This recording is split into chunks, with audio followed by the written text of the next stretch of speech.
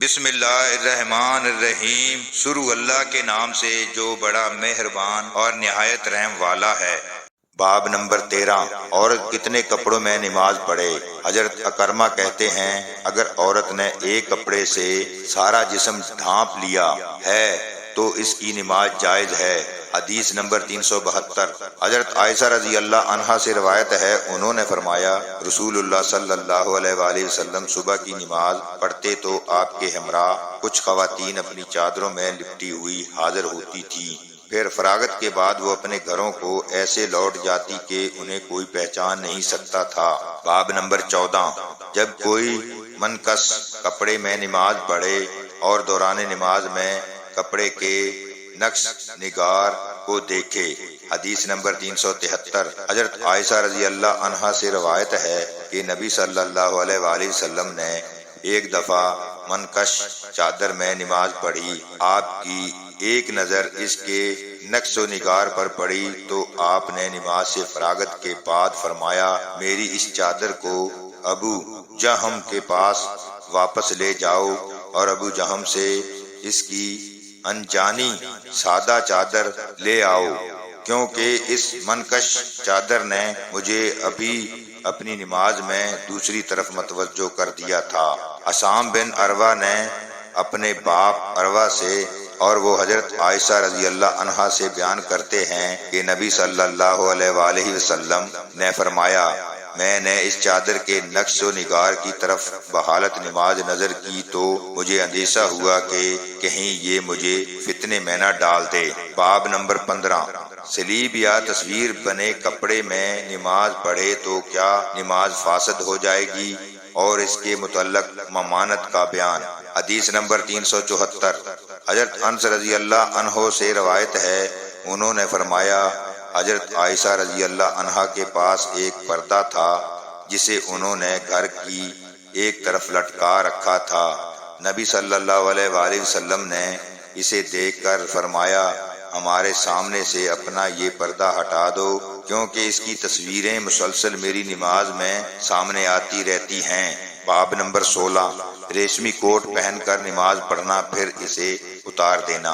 حدیث نمبر 375، حضرت عقبہ بن عامر رضی اللہ عنہ سے روایت ہے، انہوں نے فرمایا نبی صلی اللہ علیہ وآلہ وسلم کی خدمت میں ایک ریشمی کوٹ بطور ہدیہ لایا گیا، آپ نے اسے زیب تن فرما کر نماز پڑھی، مگر جب نماز سے فارغ ہوئے تو اسے سختی سے اتار کر پھینکا، گویا آپ کو وہ سخت ناگوار گزرا، نیز آپ نے فرمایا تقوی سار لوگوں کے لیے یہ غیر مناسب ہے۔ باب نمبر 17، سرخ کپڑے میں نماز پڑھنا۔ حدیث نمبر 376، حضرت ابو حذیفہ رضی اللہ عنہ سے روایت ہے، انہوں نے فرمایا میں نے رسول اللہ صلی اللہ علیہ وآلہ وسلم کو چمڑے کے ایک سرخ خیمے میں دیکھا اور میں نے یہ بھی بچشم خود ملاحظہ کیا کہ جب حضرت بلال رضی اللہ عنہ رسول اللہ صلی اللہ علیہ وآلہ وسلم کے وضو سے بچا ہوا پانی لائے تو لوگ اسے دست بدست لینے لگے، جسے اس میں سے کچھ مل جاتا وہ اسے اپنے چہرے پر مل لیتا اور جسے کچھ نہ ملتا وہ اپنے پاس والے آدمی کے ہاتھ سے تری لے لیتا۔ پھر میں نے حضرت بلال رضی اللہ عنہ کو دیکھا کہ انہوں نے ایک نیزہ اٹھا کر زمین میں گاڑ دیا اور نبی صلی اللہ علیہ وآلہ وسلم ایک سرخ جوڑا زیب تن کیے دامن اٹھائے ہوئے برآمد ہوئے اور چھوٹے نیزے کی طرف منہ کر کے لوگوں کو 2 رکعت پڑھائیں۔ میں نے دیکھا کہ لوگ اور جانور نیزے کے آگے سے گزر رہے تھے۔ باب نمبر 18، چھت، ممبر اور لکڑی پر نماز پڑھنا۔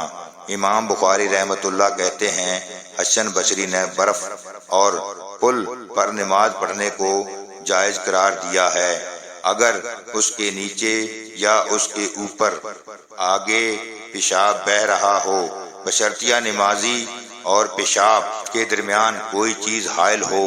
حضرت ابو ہریرہ رضی اللہ عنہ نے امام کے پیچھے مسجد کی چھت پر نماز ادا کی اور حضرت ابن عمر رضی اللہ عنہ نے برف پر نماز پڑھی۔ حدیث نمبر 377، حضرت ابو حازم فرماتے ہیں کہ حضرت سہل بن سعد رضی اللہ عنہ سے لوگوں نے دریافت کیا کہ نبی صلی اللہ علیہ وآلہ وسلم کا ممبر کس چیز سے تیار کیا گیا تھا؟ وہ بولے کہ اب لوگوں میں اس کے متعلق مجھ سے زیادہ جاننے والا کوئی نہیں۔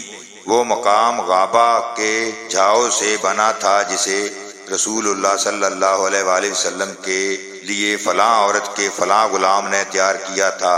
جب وہ تیار ہو چکا اور مسجد میں رکھ دیا گیا تو رسول اللہ صلی اللہ علیہ وآلہ وسلم اس پر کھڑے ہوئے اور قبلہ رو ہو کر تکبیر تحریمہ کہی۔ دیگر لوگ بھی آپ کے پیچھے کھڑے ہوئے۔ پھر آپ نے قرات کی اور رکوع کیا اور لوگوں نے بھی آپ کے پیچھے رکوع کیا۔ پھر آپ نے اپنا سر مبارک اٹھایا اور پیچھے ہٹ کر نماز پر سجدہ کیا۔ دونوں سجدے ادا کرنے کے بعد پھر ممبر پر لوٹ آئے۔ پھر قرات کی اور رکوع کیا۔ پھر رکوع سے سر اٹھایا، پھر الٹے پاؤں پیچھے ہٹے اور زمین پر سجدہ کیا۔ ممبر نبوی کا یہی قصہ ہے۔ ابو عبداللہ امام بخاری رحمۃ اللہ کہتے ہیں کہ علی بن عبداللہ مدینی نے کہا، مجھ سے امام احمد بن جنبل رحمۃ اللہ نے اس حدیث کے متعلق سوال کیا اور کہا، میرا مطلب یہ ہے کہ نبی صلی اللہ علیہ وآلہ وسلم لوگوں سے بلند جگہ پر تھے، اس لیے اس حدیث کی روح سے اس میں کوئی حرج نہیں کہ امام مقتدیوں سے بلند جگہ پر ہو۔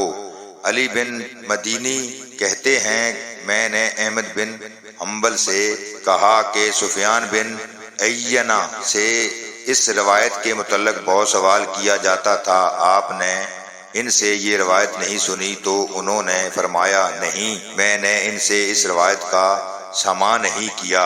حدیث نمبر 378۔ حضرت انس بن مالک رضی اللہ عنہ سے روایت ہے کہ ایک مرتبہ رسول اللہ صلی اللہ علیہ وآلہ وسلم گھوڑے سے گر گئے تو آپ کی پنڈلی یا کندھا مجروح ہو گیا اور آپ نے ایک ماہ تک اپنی ازواج محترات کے پاس نہ جانے کی قسم اٹھائی۔ اس بنا پر اپنے بالا خانے میں تشریف فرما ہوئے جس کی سیڑھی کھجور کے تنوں کی تھی۔ چنانچہ صحابہ اکرام رضی اللہ عنہم آپ کی تیمارداری کے لیے آئے۔ آپ نے صحابہ اکرام رضی اللہ عنہم کو بیٹھ کر نماز پڑھائی جبکہ وہ کھڑے ہوئے تھے۔